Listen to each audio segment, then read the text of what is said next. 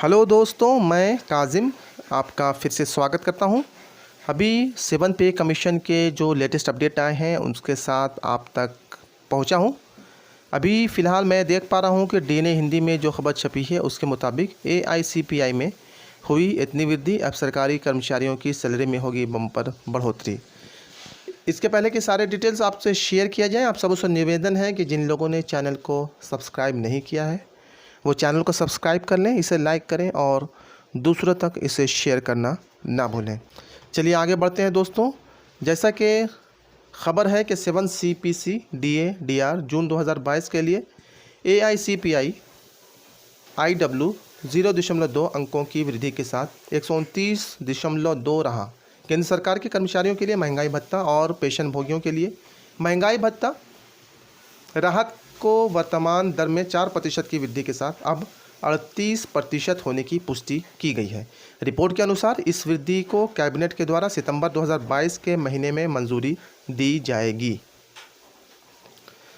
जून 2022 के लिए Akhil Bharatiya CPI IW 0.2 अंक ऊपर 129.2 पर रहा। महीने के प्रतिशत परिवर्तन पर इसमें पिछले महीने की तुलना में 0.16% की वृद्धि हुई, जबकि एक साल पहले इसी महीने में 0.91% की वृद्धि दर्ज की गई थी। आने वाले दिनों में केंद्र सरकार के कर्मचारियों के लिए अच्छी खबर आ सकती है। सूत्रों के माने तो अगले वेतन आयोग यानी 8 पे कमीशन में वेतन वृद्धि का नया फार्मूला तैयार हो जाएगा। फिटमेंट फैक्टर के चलते वेतन में बढ़ोतरी के अलावा नए फार्मूला पर विचार किया जा सकता है। हाल ही में केंद्र सरकार ने कर्मचारियों को 18 महीने का समय दिया है। डीए का बकाया देने से इनकार कर दिया है। नई चर्चा से कर्मचारियों को कुछ राहत मिल सकती है। हालांकि 2024 के बाद नया फार्मूला लागू होने की संभावना है। 7 पे कमीशन की सिफारिशों को 2016 में लागू किया गया था। अभी तक 5 साल बीत चुके हैं। सूत्रों के मुताबिक केंद्रीय कर्मचारियों की सैलरी तय करने के लिए 8वें पे कमीशन में नए फार्मूले के साथ हर साल केंद्रीय कर्मचारियों की सैलरी तय की जाएगी। हालांकि इस मामले में सरकार की ओर से कोई पुष्टि नहीं की गई है।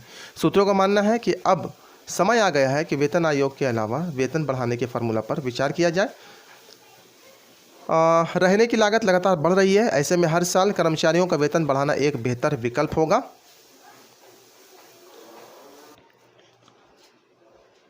केंद्रीय कर्मचारियों के वेतन में वृद्धि के लिए एक्वायर्ड फार्मूला पर विचार किया जा सकता है। इस नए फार्मूले की चर्चा लंबे समय से हो रही है। दरअसल वर्तमान में सरकारी कर्मचारियों का न्यूनतम मूल वेतन फिटमेंट फैक्टर के आधार पर तय होता है। इस पर हर 6 महीने में महंगाई भत्ते की समीक्षा की जाती है। हालांकि मूल वेतन में कोई बढ़ोतरी नहीं की गई है। जानकारी के मुताबिक नए फार्मूले से कर्मचारियों के वेतन को महंगाई दर, रहने की लागत और कर्मचारियों के प्रदर्शन से जोड़ा जाएगा।